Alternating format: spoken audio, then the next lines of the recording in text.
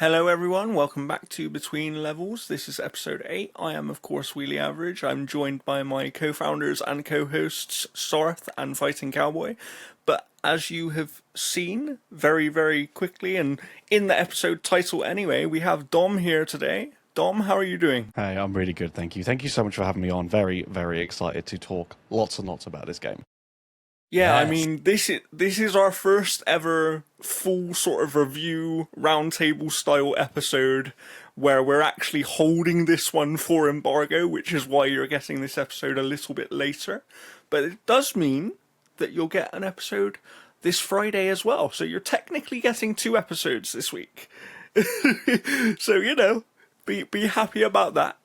And we should probably just jump straight into it. Obviously, we're not going to do spoilers at the start of this episode, but there will be a spoiler warning at some point. So, you know, just keep an eye out for that. And if you don't want to be spoiled on major things in the game, then disappear when that happens.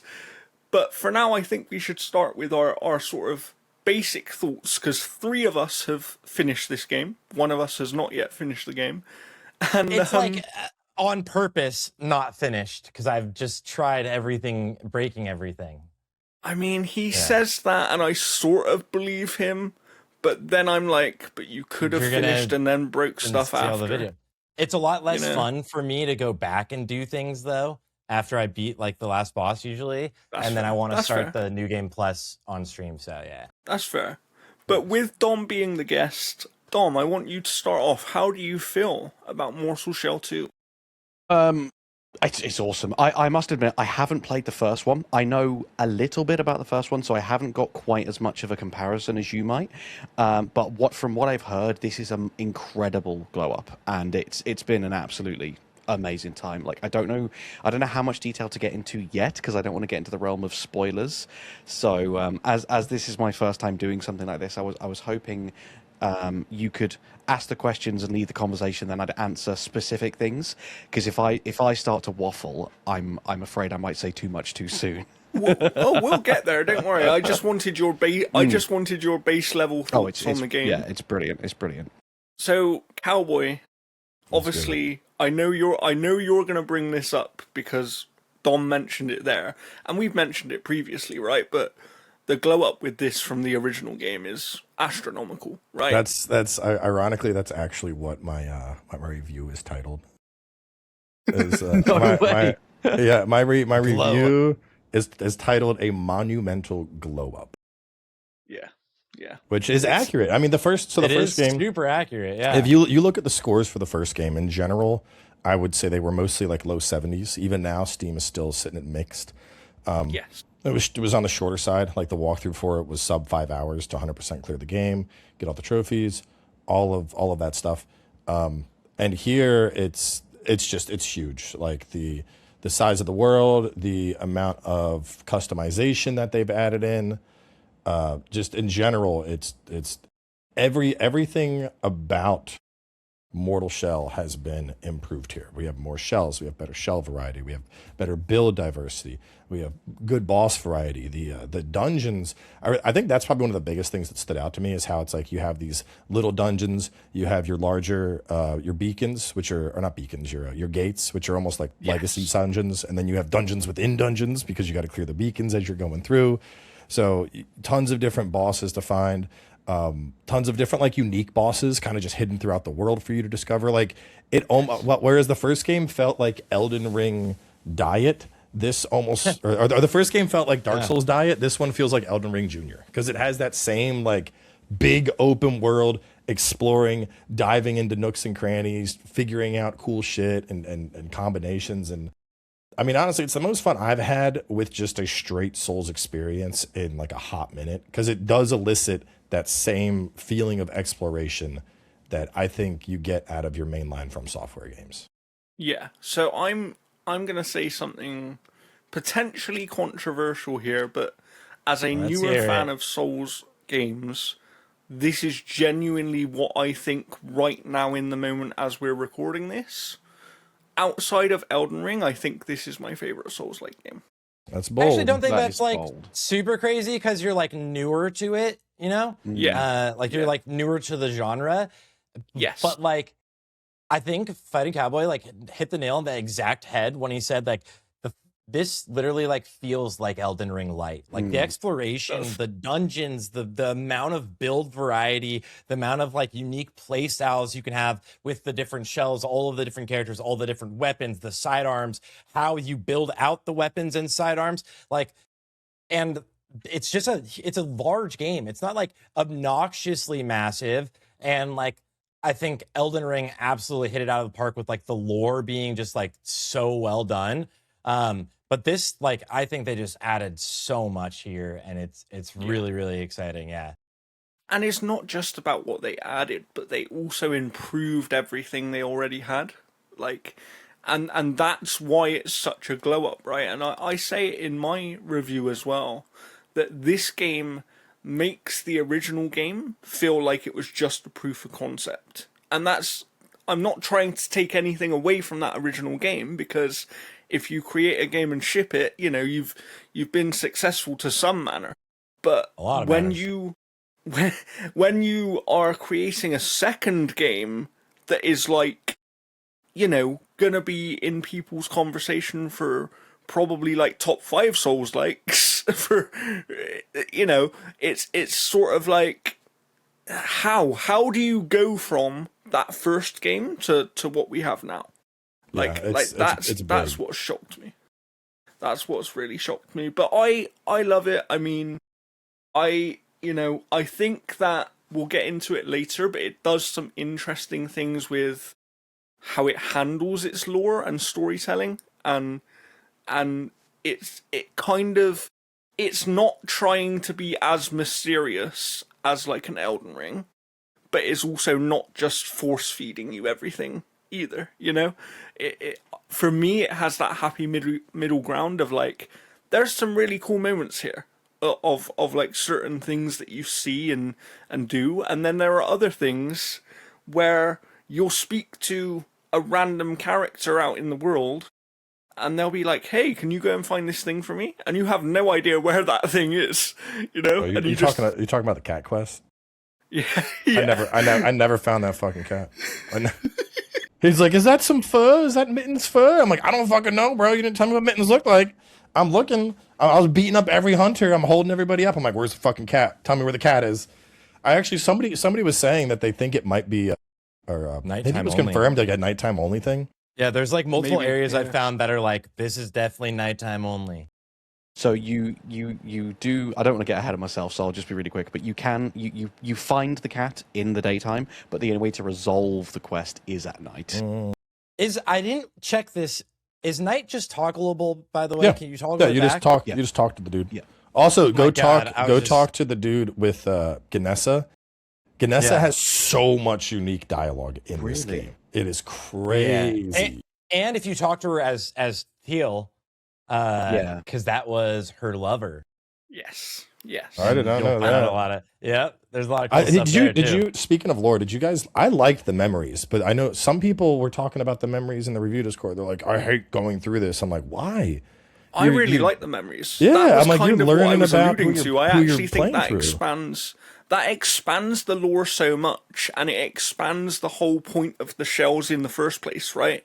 Like, without that, this game would feel far less original in the way that it's handling its lore, in my opinion. The first two I finished were Aerodream and Proxima. Aerodream's story is fucking depressing. Really? Okay. And Proxima's is it's also it's sad. I wouldn't say it's depressing, but it's more like, damn. Yeah. That's how it ends. Like, damn. Yeah. What I will say, just from a character design point, I think that a lot of people are just going to play as Proxima because of the character she thick design. as fuck. It's crazy the amount of thicker than a bowl of oatmeal. That ass is it's so it is so fat. Aggressive. I know. I'm like, damn. I know. Girl does not skip fucking. She hasn't skipped a day of fucking hip extensions in her life. She's loading 315 on the hip thrusts, throwing that shit up. She's so we gotta broach on it. Who was everyone's favorite shell? So that is actually one of the community questions. So we will I hit want on that Dom one to go right now. first. I want Dom to go first because he's newer here on the show. Who is your number one? I have Go a on, very Dom. specific reason for this, and it's not the reason you're all going to jump to. Proxima. I bet I know the Damn, reason. no, I bet I know the reason. I see what type of person you are now. You want. We got Scrooge McDuck over here. He wants all the specimens. Yeah. That's so that's good it. because you are starved for materials at the end of the game if you want to max out so many weapons, and you can come back from an excursion with her and have an extra like 100,000 gold from all the specimens you've been collecting. It's crazy. That is a great. That is a good point. So basically, you just want point. gold, right? That's all you're after. That's all you're after. Great point, actually. All right. For me, and to be fair, I don't even really know why. I actually think it was something to do with the character's story more than anything. But it is Till. I don't know. There's just something about Till that I like.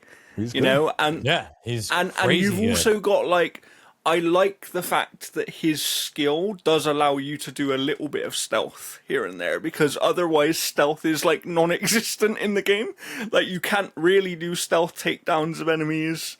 You know, you can't really get a backstab because you approach them and they know you're there. You know, whereas with Till, you can actually go invisible, get up to someone, strike them, like, and then he's got the, you know, you can afflict people with poison, which is always nice. I love a good poison build in a video game, you know.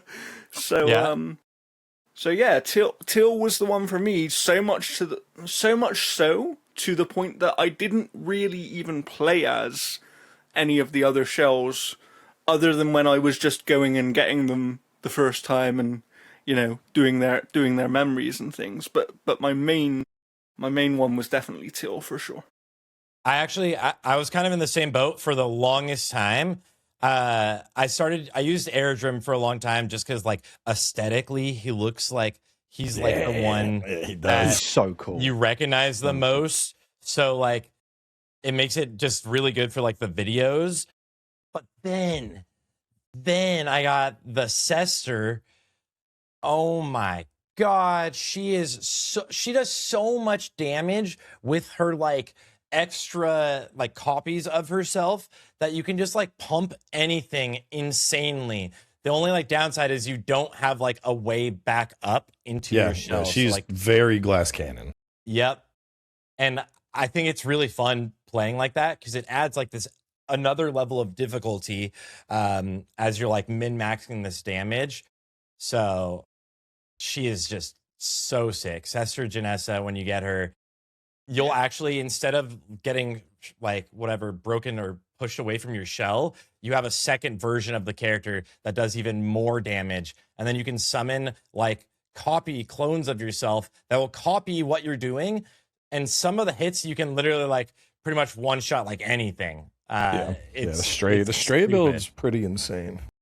I like her doubles build more than the stray build just because it's so fucking squishy. You get hit, it's like you're dead. Yeah. Like, mine, I'm gonna give it to Aerodream because the vast majority of the game was Aerodream, just shoulder checking people and then fucking them up. But honorable mention, and I haven't played with him much because he's still his talents have been a little fucky up until now.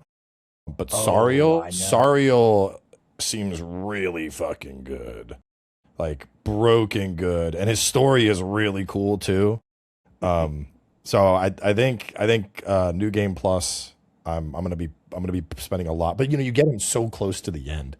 Yeah, I wanna dabble more with you, but his the whole like curse, pain, trauma thing is a little goofy at the moment. Like, it was like buggy, and then it was fixed, and then it was buggy again, and so I'm like, as soon as you are working, we're gonna be like this. We're gonna be buddies. And that's, so I do want to expand on that in a second, but you just made me think of something.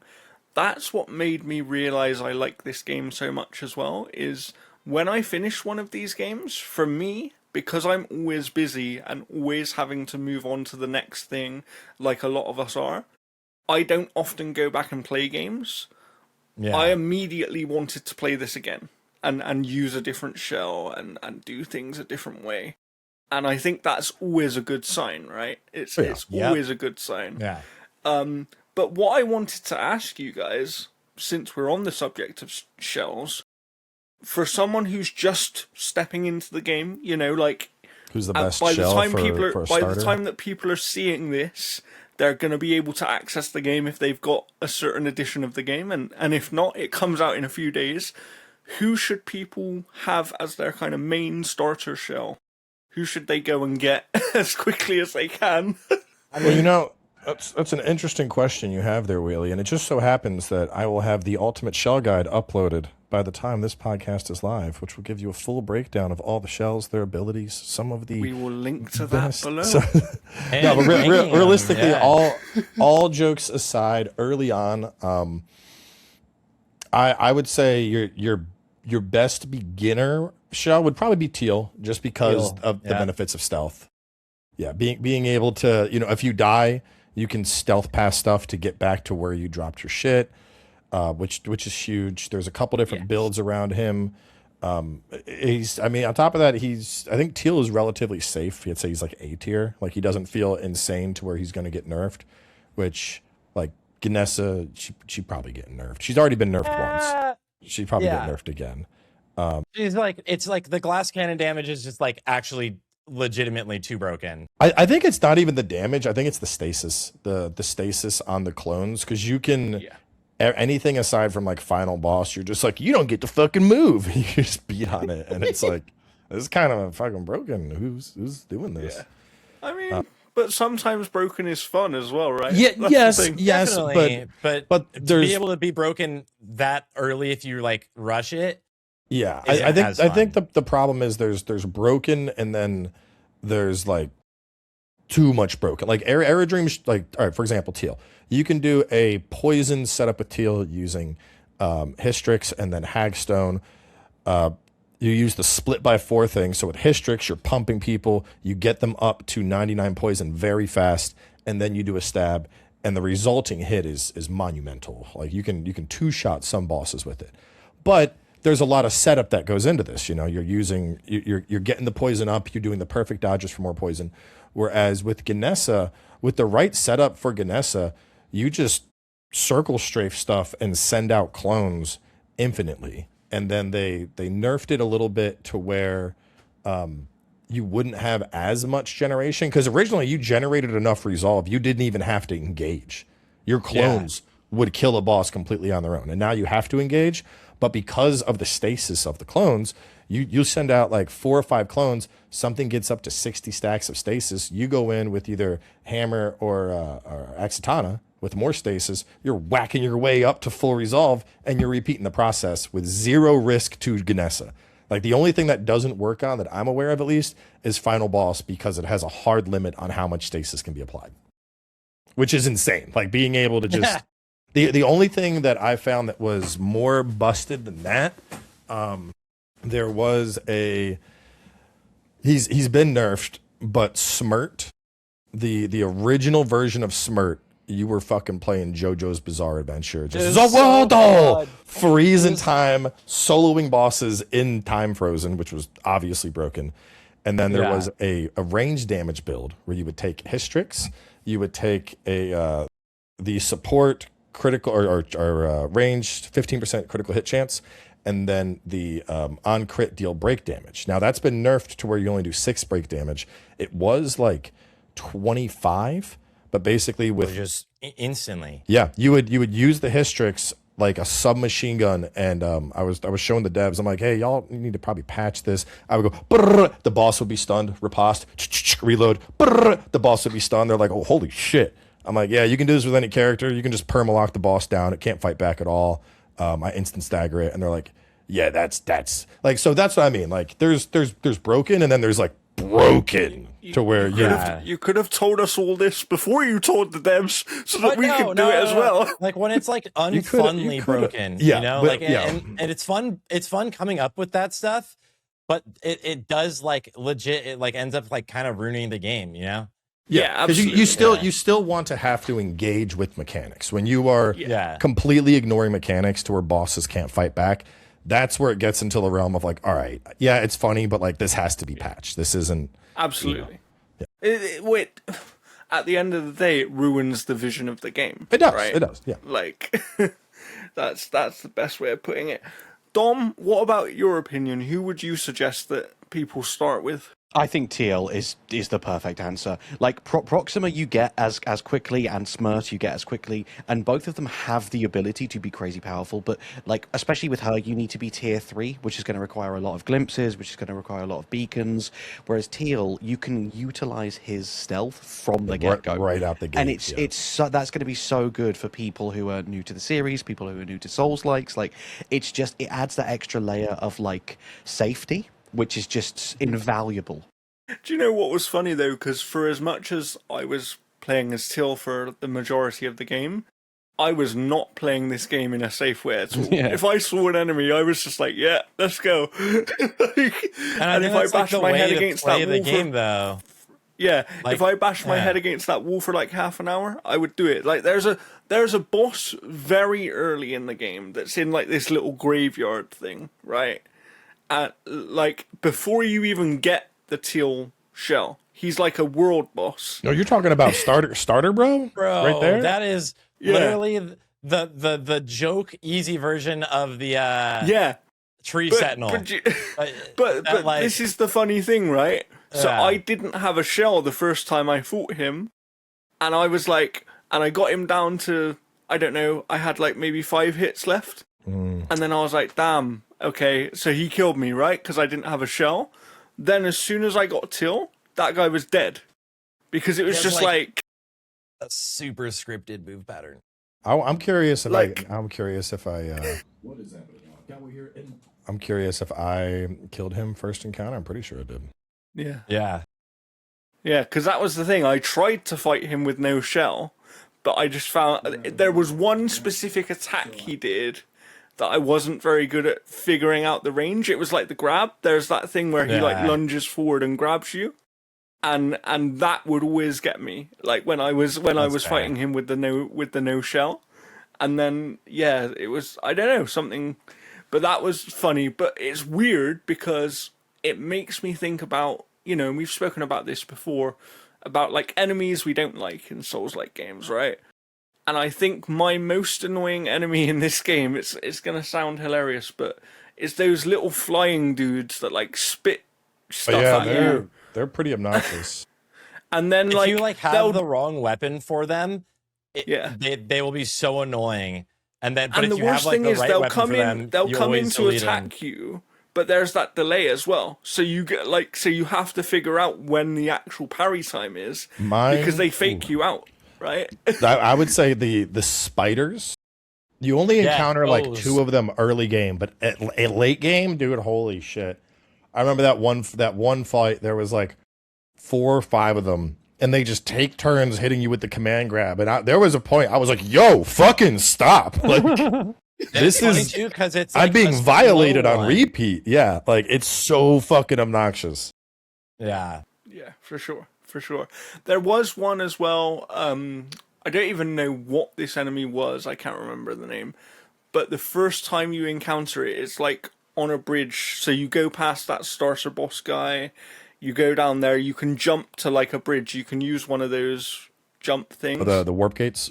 Yeah, get onto a bridge, and then there's like, I don't know, like a 2... Oh yeah, the Axtana sister. Yeah, they fuck you up. Yeah. You either parry them, you get hit by them, you're like, oh no, like I'm dead. When one of them parries you, the follow up is insane. They do like 12 attacks, and you. No, the rapier ladies. Yeah. Wait, are you talking about the rapier or the dual wield? No, ladies? I'm talking about the dual wield. Oh, sorry. Yeah. The rapier ladies, though. I know what you're talking about. Is way worse because like they parry you, and then you're like stuck. You get stuck in there, like they stun you, and you're literally locked for their next 12 attacks. Yeah, and you're like, what do I do now? Yeah, absurd riposte animation. It's like you're like, can I have my controller back? Outside of the things we've mentioned, like obviously some of the shells need to be nerfed and stuff like that. how do we feel about the general balancing of the game? Because this was also one thing that people asked, was like, is it balanced well for a Souls-like experience, or have they leaned too hard or too easy?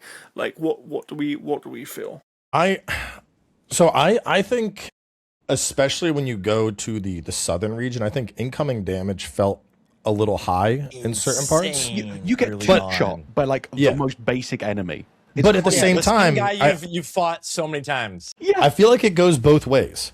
Because I feel like I would get two or three tapped by certain enemies, and I was like, damn, this thing does not mess around. But I would also 2 to 3 tap them. True.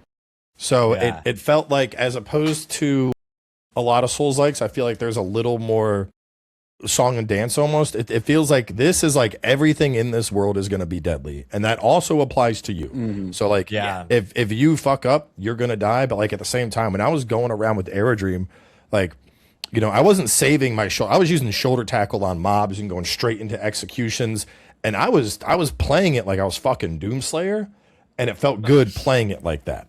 But if I was trying to go around and like, oh yes, patrol your weapon, we will have a fair battle. Like, nah, you get fucking bodied. Like you can't. I was shooting explosive barrels and shit. Like, yeah, you gotta play dirty in this game. Yeah, for sure. Yeah. I mean, I will say that I love because like, obviously in other Souls-likes you can get ranged weapons, right? But they don't always feel very impactful or very useful. It kind of depends very much on the exact build you're trying to do. Whereas here, even a basic ranged weapon feels like it can make a significant difference at times. You can do full-on ranged builds. Absolutely. Yeah. But then I think that's because your ranged attacks are tied to your resolve. So you're spending a resource rather than having an infinite supply. Yeah. I had one, this like really janky setup I was doing, but I was using the Ballista Zuka, and then I had like all the crit modifiers on it, and then I had Aerodream's 200% modifier against frozen enemies, and I got something frozen and then aimed up and shot it. And we're talking a late game boss, and that I did the thing, the Tarstone where you can fully charge it, like you're kneeling charging this thing. 2/3 of the entire health bar in one hit. I was like, yoink! Like, oh my god! Oh my god! It's like ridiculous amount of setup, but that was like the single biggest hit I'd seen so far. I'm like, that's some goofy shit. Yeah, that's so. now I love that you can do like that's one of my favorite parts of like Elden Ring, is that you can like come up with these builds, and like here it's like everything can be broken, and you can find things early, or you can even like look things up. Like there'll be guides to like find some really crazy things and start building those, and you can just do that from any point, and it's really fun. Like you can play to your play style, and like I know a lot of people play differently. I play like really fast, like not slow, heavy hits in a lot of games. Like dual wielding is almost always my favorite thing to do, and then like Cowboy will play with these heavy, large hits. And he was telling me about one weapon early on, and then I picked that up and I was like, oh my god, this like is so good. It's still probably my favorite like open world weapon, probably not my favorite like boss fighting weapon. The giant axe is just like that can carry you forever. Yeah, the axe is so good. Yeah.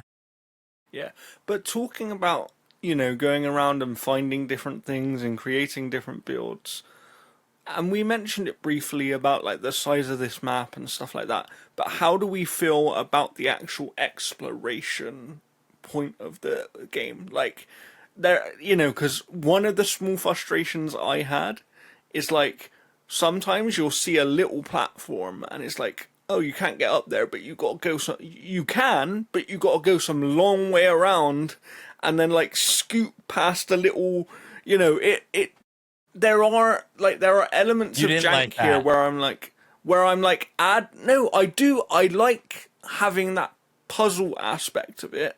What I don't like is when you've got a path next to a wall, right? And then there's a tree there, and if you take one step wrong, that branch hits you off the thing and you have to run all the way round again to get back up on the thing. Or right behind that is like another enemy that then knocks you off, or like an exploding enemy.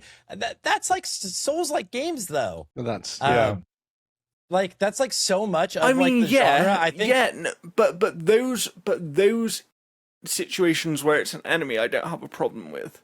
For me, it's more about the janky little things of like, why didn't you just give me a proper jump or something? You know, like, like. That's do you know what I mean? Jump. It's because you've been playing Night Rain. You don't know what every single other game in the entire genre doesn't have a jump. I mean, that's actually not true, but okay. I mean, no, it mostly is. It mostly is. Jump is very much. Yeah. Jump is very mostly much. is doesn't mean every other game though. So it's Okay, No, but like, I would agree with Sarthe until right? Elden Ring, jump was not a thing in Soulslikes. Yeah, Elden Ring, that's fair. Lords of the That's Fallen fair. 2. Prior to that, it was not a thing. And even then, Lords of the Fallen 2 is a soft jump at best. It's more, It's not a like a proper little hop. Yeah, that's true. That's true. But my point is, it still allows you to not get stuck on shit that you shouldn't be getting stuck on, right? That's kind of my point. There is still for as improved as this game is, there is still that element of jank there. Like, there is still that element of, you can tell that this isn't a AAA video game. I think that's such a core part of like the genre on it, for me at least, is like little things that like you'll get so tilted when you fall off this tiny little ledge and you have so many like souls or gloom there, and you're like, oh my God, and I have to run such an obnoxious way to get back there, and I was so close to the next like fast travel place. I think that's such like a core part of the loop of the genre, personally. And I think they actually like kind of nailed it on the head with a lot of it. So like, wow, okay. I'm curious Well, what like, more people think. That is like, another question that we thinks, have. you know? So that is another question we actually have from people, what you say there about nailed it on the head with most of it.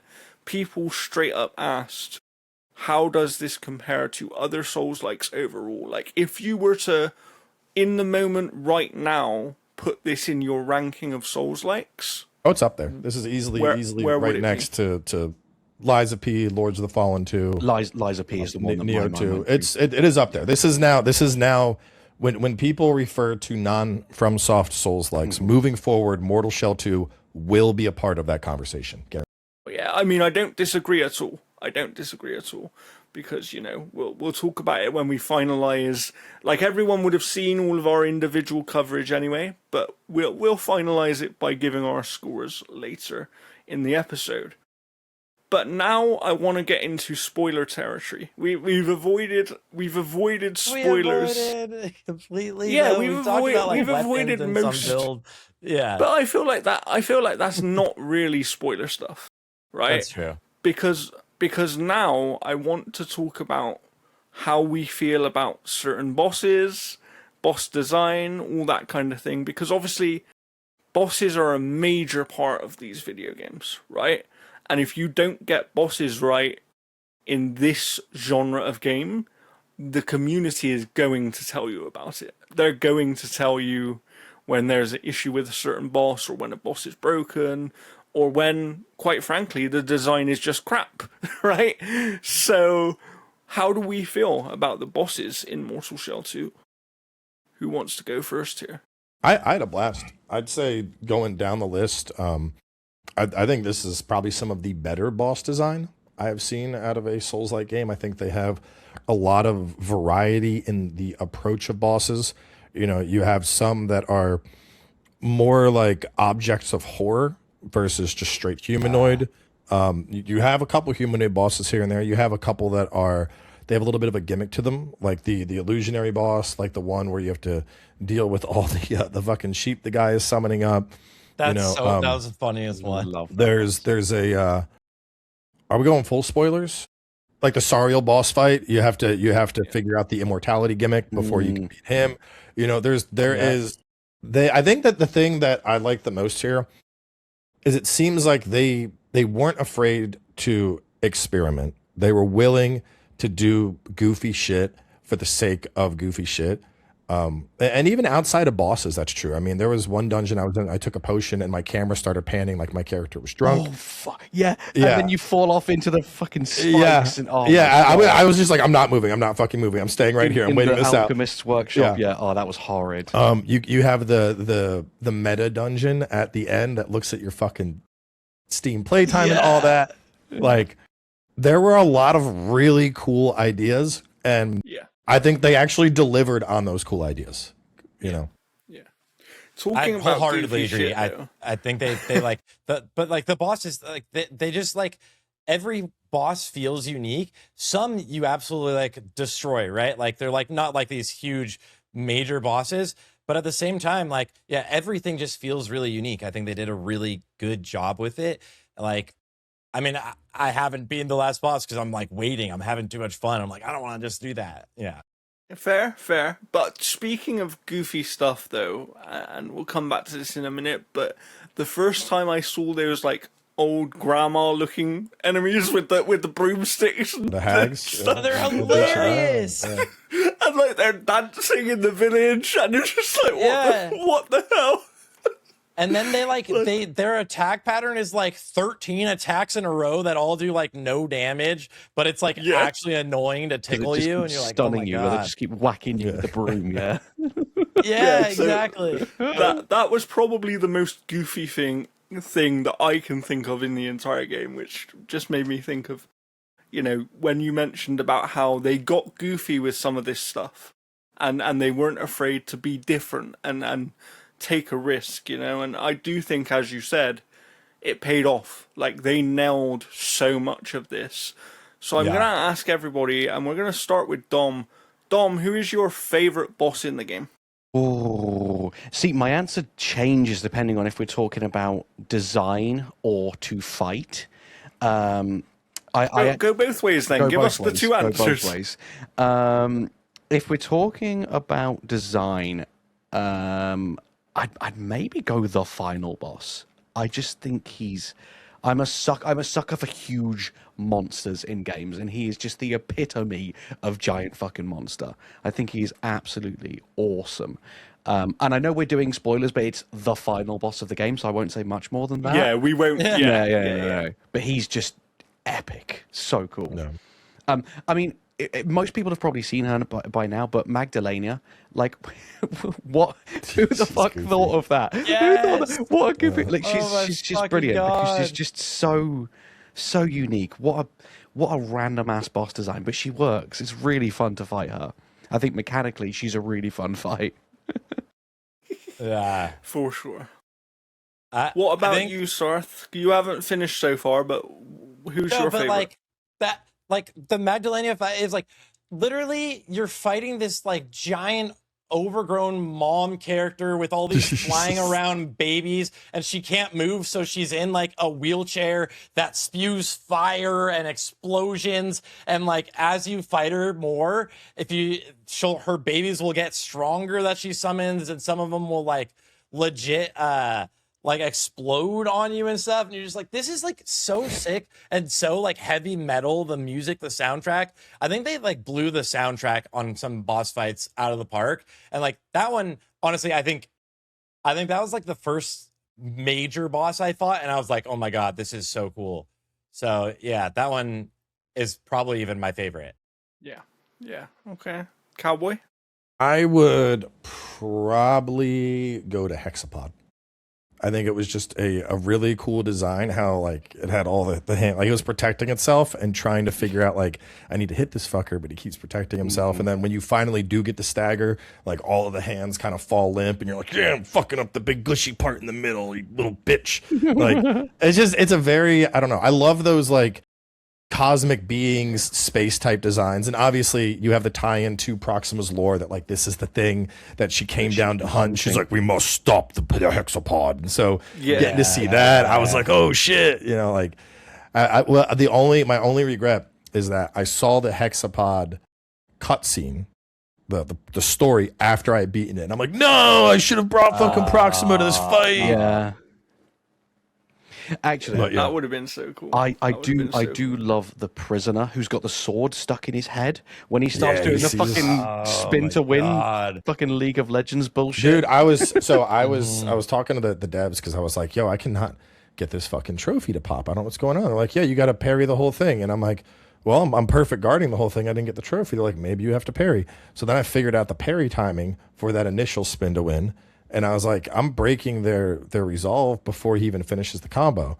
And then it turns out the reason I wasn't getting the trophy is there's a second easier spin to win that he will do later in the fight, not the phase my change God. spin to win. And I they're thought like, it was the phase change. Yeah. yeah, it's not. You have to do the easier. I'm like, so you're telling me I did the hard mode the version hard of this mode achievement version. and still didn't get the fucking achievement? Like, That's actually hilarious. Yeah, that's really cool, boss. Though, love them, love him. For me, I do think, and like Dom's already mentioned it, but I'm just a sucker for like really good, really good design and things like that.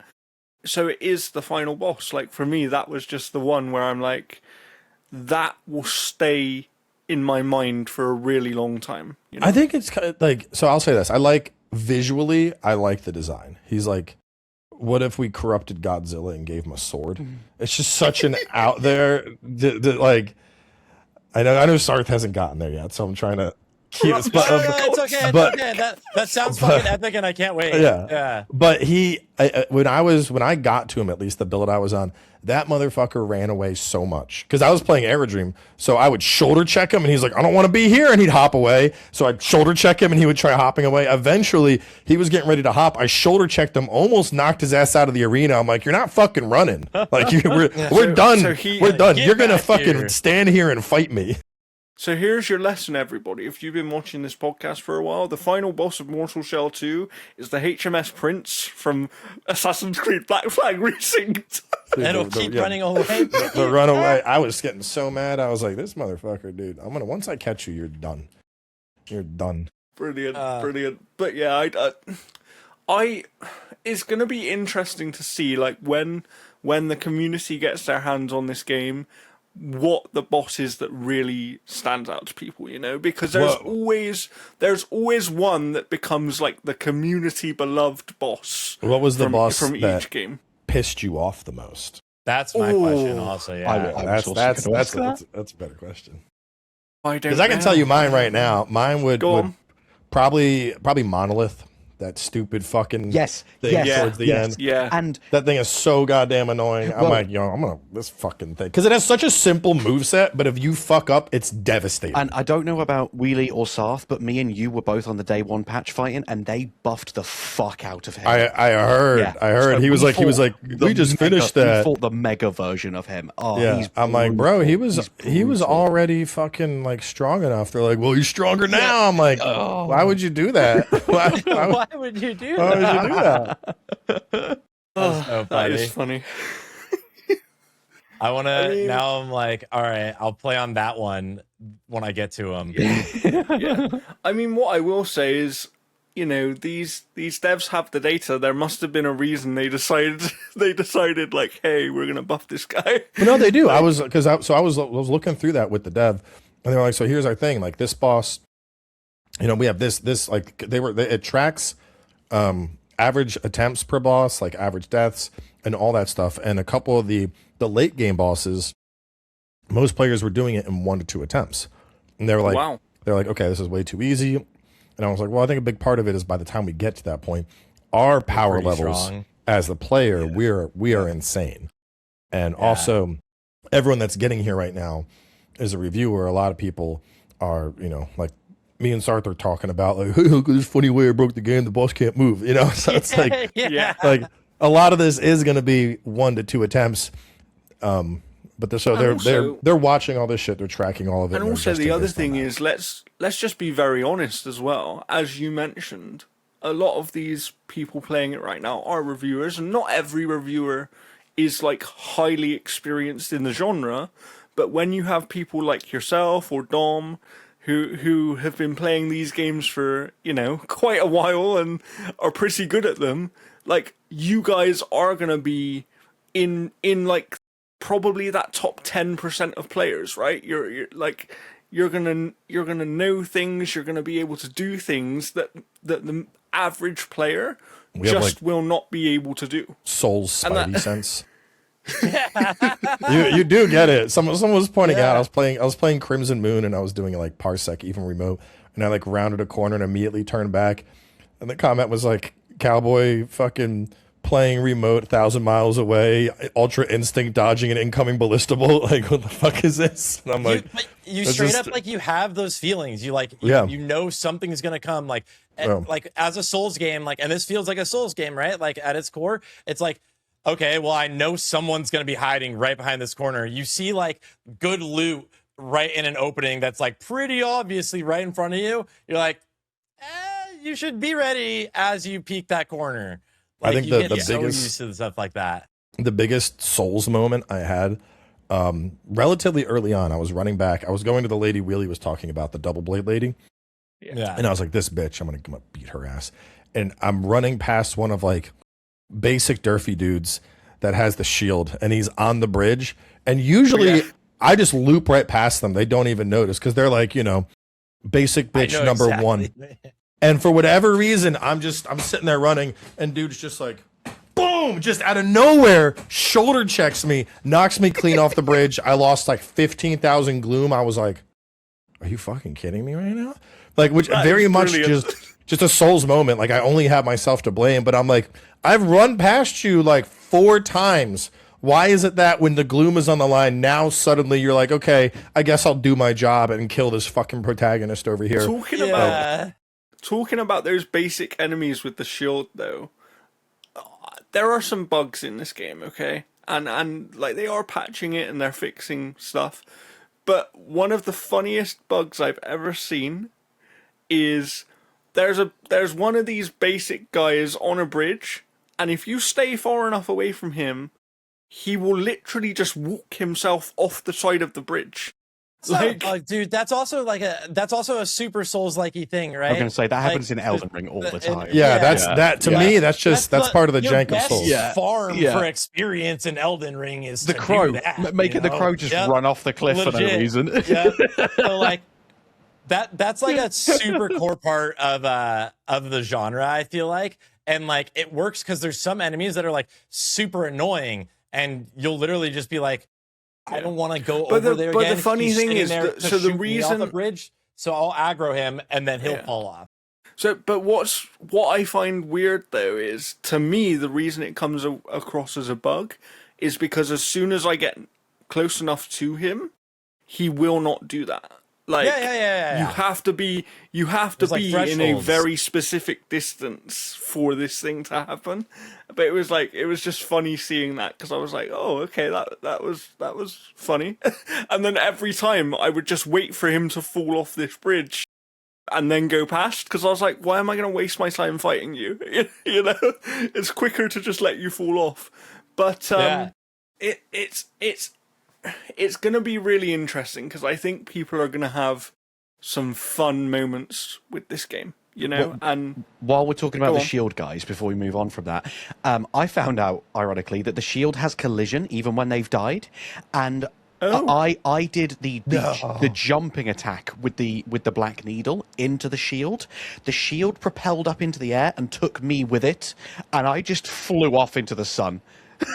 Oh my god, that is so sick. Wait, did you get footage of that? No, I didn't. So I didn't. Epic. I was just pissing about. I didn't even think. That would have been an amazing clip.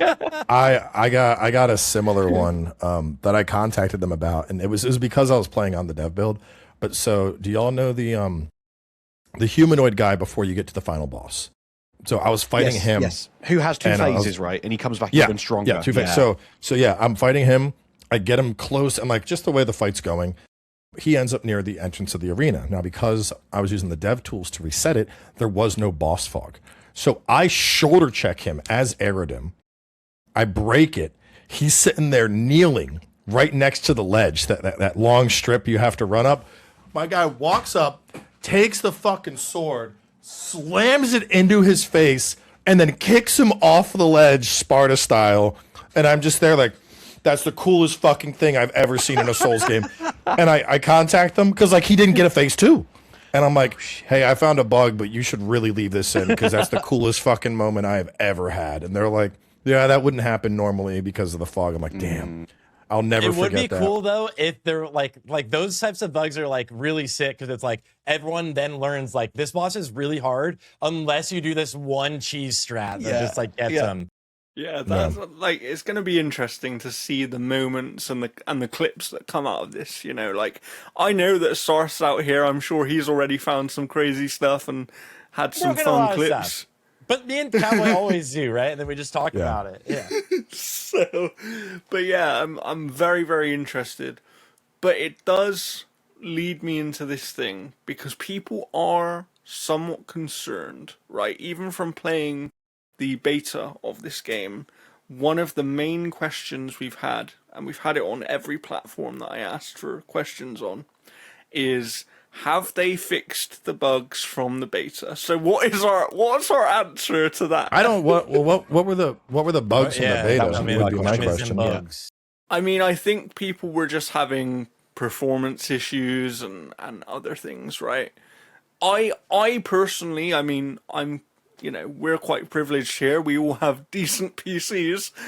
It seems to run well on PC, in my opinion. So Yeah, if I mean, you're talking about performance-wise, yeah, I ran into there were quite a few bugs I ran into, but my thing is all of the bugs that I have run into are things that are very easily fixable.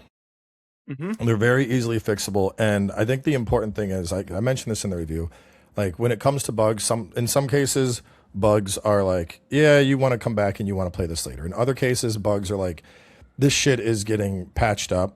It's going to be fucking great by the time it's done. This is the latter, in my opinion, especially because seeing how active they are in real time, sitting here and patching stuff up. Like there was one, I was like, hey, I found this, blah, blah, blah. It's a little goofy here.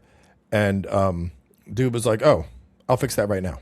Yeah, like some stuff they can fix super quick, right? And that's the thing. Like, I think people have this real thing about bugs where it's like you're never going to get a game that is completely bug free, right? There's always going to be performance bugs in a is video like game. a big deal, right? Like there's some games that are just insanely bad, poorly optimized, and I think they did a great job especially these here. days. Yeah. I think they definitely improved that, and it feels really good. I think that like this, I agree. It runs I mean, crazy smooth. I think for me, I am intrigued to see obviously how it runs on lesser hardware than the kind of hardware that we have, because we're privileged and we have high end hardware due to what we do.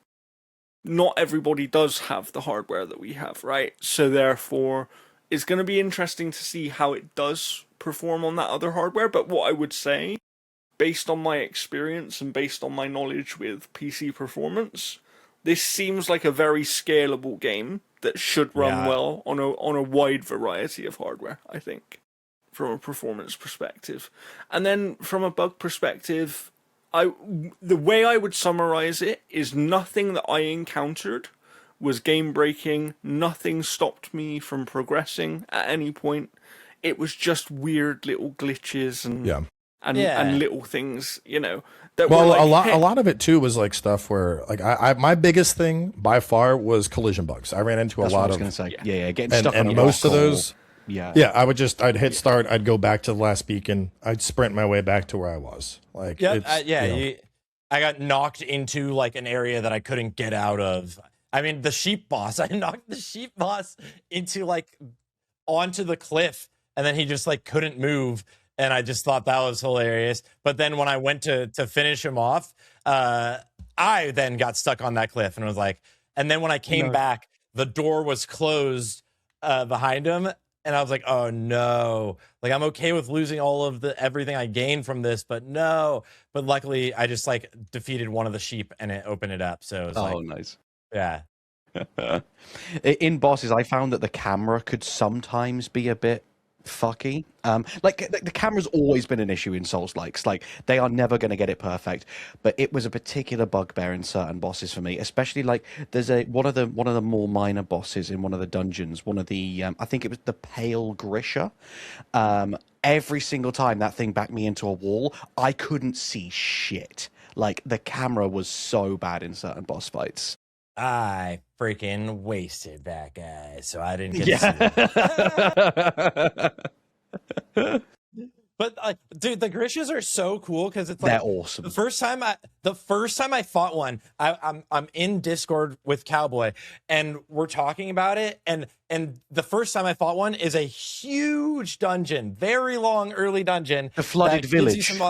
Yes.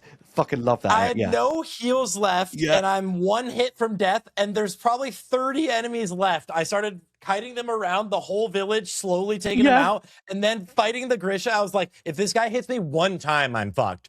And like, luckily, I played perfect. And then the trinket you get from that, like the item, oh, it's so sick when you summon it on your team. Yeah, you're like, this is so dope. Love it. Yeah, using that with like doing that with a either axe and dagger or with the Axtana. Axtana, oh my god! And then adding summon in build.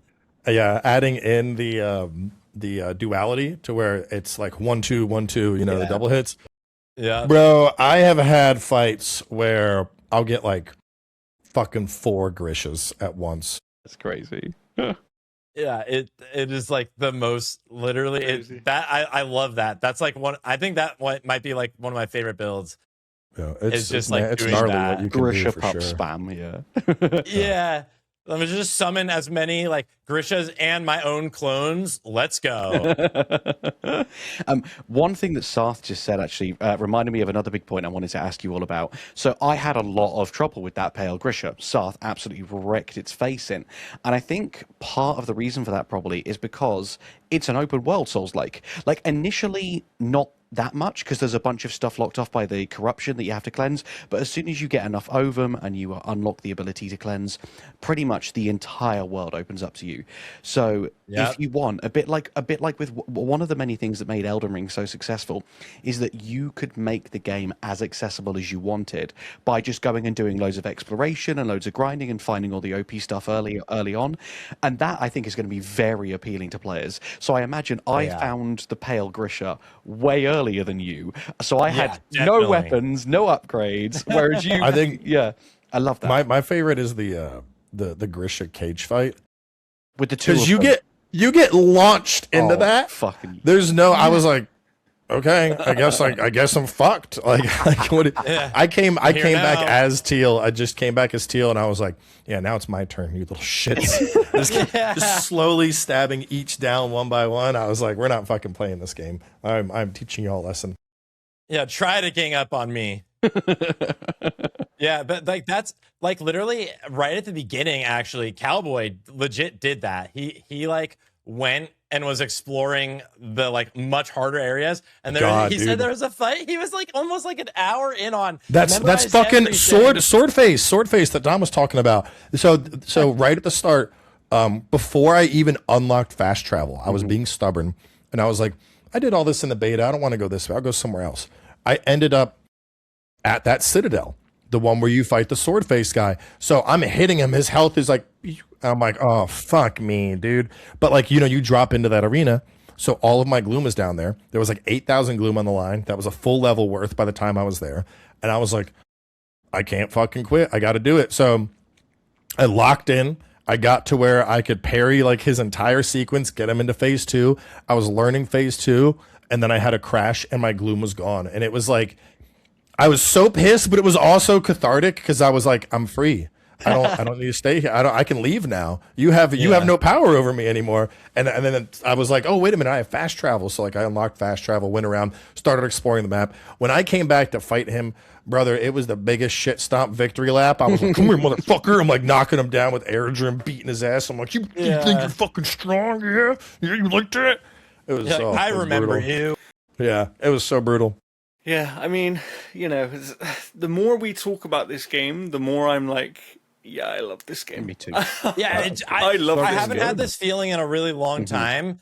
And like, I mean, for me this year, I haven't had this feeling since Crimson Desert. It's like one of those games where when I finish, I'm going to have like a mini depressive episode for a week.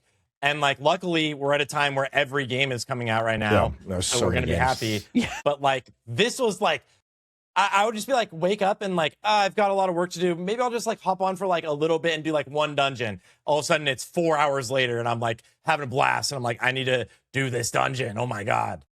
Like this game, I'm so stoked on how they made this, and like, I think they really like, in my opinion, they knocked this out of the park. It's not like Elden Ring status of like the most godly game, but it is a really, really well done Souls-like. I love you can just like go to the harder areas early on. And too. I think that also one thing I would say is when you put it in the perspective of this game also didn't have the resources behind it that Elden Ring had.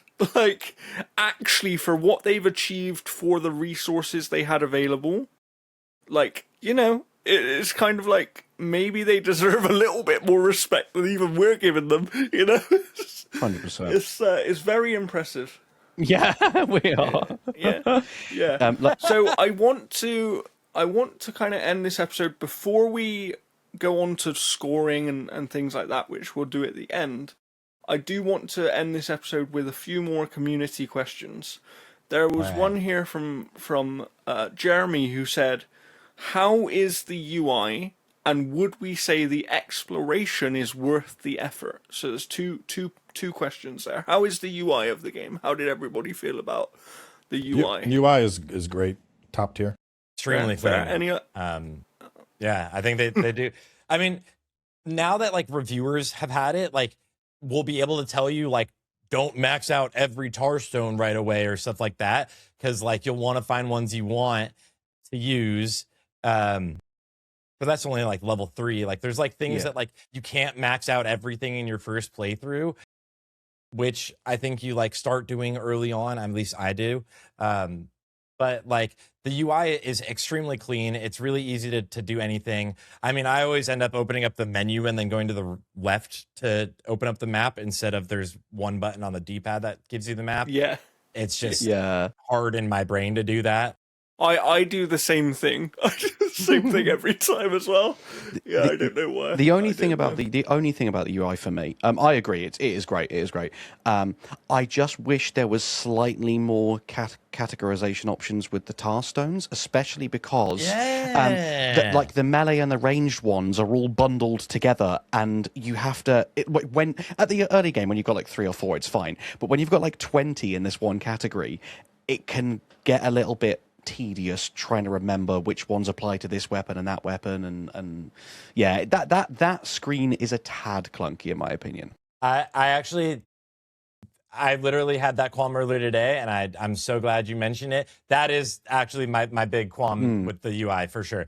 Like, especially like it's not even just that like ranged weapons and melee weapons are all in the same area, because like even on top of that, you've obviously got like, yeah, this one doesn't work for this type of weapon. Yeah. And you can't like see that all clearly and easily. Are y'all doing your stuff at the beacons or in the start menu? In the start menu. Start menu. Because you go to the beacon, like, so with all the build testing I've been doing, in the beacon, it's like a different UI. So in the beacon, it's like, pick your shell. Okay. Pick your weapon. Okay. Pick your range. Okay. And you're going like line by line by line, setting up your characters how you want. It's yeah. So there's 2 different UIs. Okay, well that's huge to know actually. Yeah, wow, okay. yeah. Damn. So Definitely hopefully that answers your question. But we have a few others here. One I thought was really interesting. There's someone here, Gabri, who says, "I'm someone who enjoys games like Nioh, for example, but I'm actually not the biggest fan of the FromSoftware specific titles." This is more from software. You're probably not going to enjoy it. And I knew what the answer was going to be, but they were basically saying, will they enjoy this? If you want more Nioh, you could go Kazan. But Kazan and Nioh are really the only things in that niche, with that loot grind niche. This is much more standard, like Souls, Elden Ring-esque, where you in are. In a weird way, maybe I'm missing something. But in terms of vibes and the overall package, I would actually say that this is the closest in feel to a From Software style Souls-like that we've actually had in terms of overall vibes of the world and things like that. Because, like, obviously there are other games that are close as well in terms of gameplay and things, but there's something about this world that does make me think, like, you know, this could have been a From Software game. It, like, From Software could have made this world, you know? I don't know. I think I would still, because the thing is, FromSoft, as much as I love FromSoft, they very much, they lean very heavily in obscurity. That's true. And then this does not do that. This is very, you know, like there's like, yeah, there's some obscurity going on, but not to the From Software extent. From Software obscurity is a whole different ball game. Agreed. Now, one more question before we get to our final question, which will wrap up the episode nicely. But someone says here, if we could all change one thing or add one thing to the game, what would it be and why? Glimpse respec. A consumable that resets glimpses, because that's the only thing that doesn't have a reset. So, you know, as much as I like fluffing myself, I would suggest looking up a guide on the shells to decide who you want to invest in. You have enough where you could fully max out 3 shells if you completely ignored the other 5, or you could fully max out 2 and dabble in everything else. And like, not like, I don't really like it when games give you unlimited free respecs, because there's no consequence to your choice then.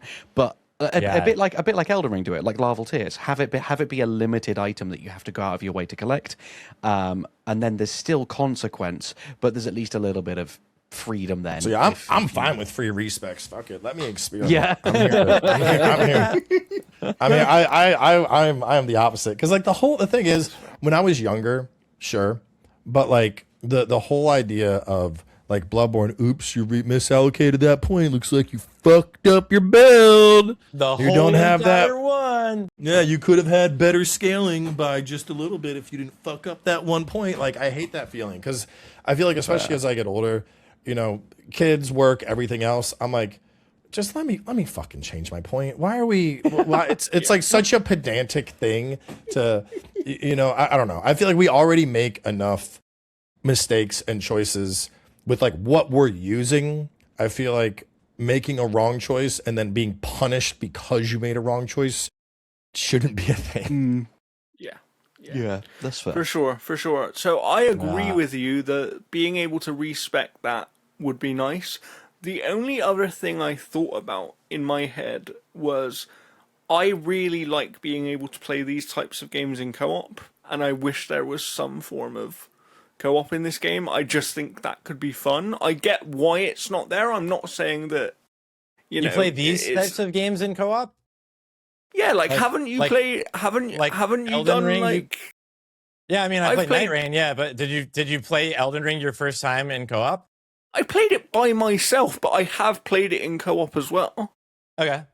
Yeah. That's what I'm saying. Like, it's nice to just have the option of, like, hey, if I want to experience this with a friend, I can, right? Yeah. And like, I do like that, because for me, there's something about shared experiences in video games that is like a really special thing. And I do, you know, I think of, like, we've discussed it before, but like Lords of the Fallen, the last one, arguably has the best co-op in a Souls-like game. You know, it has the least boundaries to use. You can use it all the way through the game. They're probably going to have it in the second game as well. Like, so it's not like co-op isn't a thing in this genre. You know, like no. So it does surprise me that there's nothing like that here, but I mean, go on. The first didn't. Lies of P also didn't. Like, I get it. I get wanting to have the co-op because it is a core part of Souls. At the same time, I don't know. I feel like, to me, that's more a game design thing. Yeah, and I'm not saying, but the person asked, like, is there something we would add or change, right? Yeah. And to me, the thing thing I would change is the respec thing.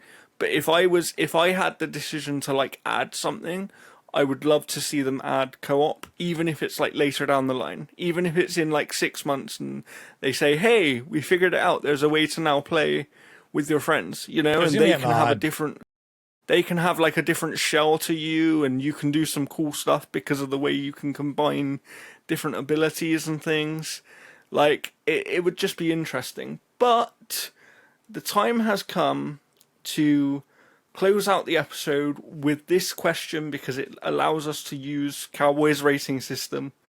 What this person wants to know, Dennis, is this game worth my time and money? Yes. Yep. Yeah, Yes. Absolutely. Yeah.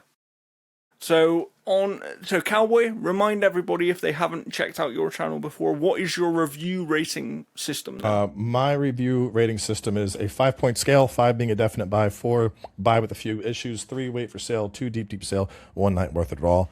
Basically just a fusion of what ACG does with my own 5-point scale. And this is a 5 definite buy type game. The only caveat here is there's a couple bugs here, but there's not nearly enough things wrong to put this into a buy with a few issues category. This is an absolute joy of an experience. It's a blast from start to finish. And especially if you're a Souls fan, you feel right at home playing it. Yeah. I mean, I would go even further to say that if you're a Souls fan, I don't think this is only a definite buy. I think this is the kind of game you want to play day one. Like this is a play this game day one kind of video game, you know? So, yeah, I'm not going to say I'm shocked, because I knew that from everything we'd seen of the game, from the beta and everything as well, I knew this game was going to be good. But what has impressed me, and we mentioned it previously a few weeks ago on the podcast, of like, if they could hold up the quality level that was in the beta through the rest of the game, then this was going to be a really special game. And I think they achieved that, right? Like, that's how I would summarize it. It's like, they let people get hands-on with what the game effectively is, had a really good showing of it, and then they've carried that through the entire experience, which is great. So, you know, hats off to Cold Symmetry and Playstack. You know, we should probably say thank you for the access. Thank you for allowing us to cover this game, review this game. You didn't ask Dom if he thinks what the rating is. I'm going to. You're getting ahead of yourself there, Wheelie. No, I'm just doing my bit. I'm gonna pass to Dom, and then you're gonna go last. Yeah, but I want to end on you. I don't want to end on me all the time. Okay. So, for me, I want to say thank you. Thank you for letting us be part of it. Now, Dom, how would you score this video game? Good question. So, bit of context. In my reviews, I never, ever give scores. I will just give my audience every single good thing about the game, every single bad thing about the game, and then I want them to make that decision. I hate to dictate that for people. But I really, really liked Cowboy's scoring system, and I would completely agree with it. That's exactly what I would say as well. Especially because I've just, because one thing, like the privilege that we get in the role that we do is that we rarely have to buy these games. So something that I will absolutely put my hands up and admit that I do is I forget to think about it from a buyer's perspective. Not just how good is the game, but how good is the game compared to how much they're charging for it. And it's really reasonably priced. It's a no-brainer for me. It is fantastic. Really chuffed with that. Like it's you know, because it's in that AA pricing bracket, right? I think it's like they've really hit the nail on the head with the pricing. They clearly know what product they have here, and they clearly know that, like, okay, we're not quite offering enough to jump into that next bracket of like, hey, we're sort of a AAA game. So they know that, but they've gone for the like upper tier AA type of experience, and they've actually absolutely nailed it. I would say that, yeah, this is worth every single penny. You're going to get, you know, think of like even your hours to money spent kind of ratio, right? This game is going to take you somewhere between 25 and 30 hours probably for the majority of people. And that's a good ratio in terms of what you're spending. So and that's just for a first playthrough. As you said yourself, you immediately wanted to go and play this game again. So did I. Yes. So that already is going to double your playtime with all of the experimenting and testing you want to do as well. Yeah, absolutely. So yeah, absolutely buy it. There's 3 5 out of 5 so far, but Sarthe, end us off. So far you have not finished, but how would you score this video game? I mean, the easiest way to put it is, like I've said this earlier, like I haven't felt this feeling while playing a game in a long time. It's this addiction. There's one game earlier this year, after you got past the first 20 hours of Crimson Desert, where you were just like so enthralled by the game and addicted. Last year, we had like Black Myth Wukong did this too to me, where like you would go to social outings and be like, I just want to kind of like go back and play, you know? Yeah. And so, like, I think that is, like, so incredibly amazing. It's such a good sign. And so I would say absolutely a 5. I think they could have even charged, like, full price for this. Like, I'm, like, at that. I think I like it that much. I, like, love this game. I think they crushed it. And, definitely one of my favorite Soulslikes. And great job, yeah. Yeah, absolutely. And I'll make an announcement here. As you know, we're giving away a game every time we hit 1,000 subs up till 10k subs on the channel, right? We're currently less than 100 subscribers away from the first 1,000 subscribers. So if we can hit that this week, in the next 7 days from you seeing this episode, I will give away a copy of Mortal Shell 2. I'm going to give away 3 copies of this game. I'm just saying it. I'm going to do it. I think people need to play it. I'm so stoked. I mean, you're out there with, you got money to buy consoles still. Most of us don't. So, but also for people watching, I'm going to give away 3 copies of this game because I just want people to play it. Like, I love when I'm so excited about games that like you just want to talk about it. And we've had a lot of time where we haven't been able to talk to a lot of people about it, right? So like Cowboy and I were just like in Discord yapping, you know? If you're playing it, let us know what you're thinking so far. If you've checked out our individual content, let us know what you thought of that as well. We will see you in the next episode. Sarthe will not be here in 2 weeks' time, but we do have a guest coming then as well, so look forward to that.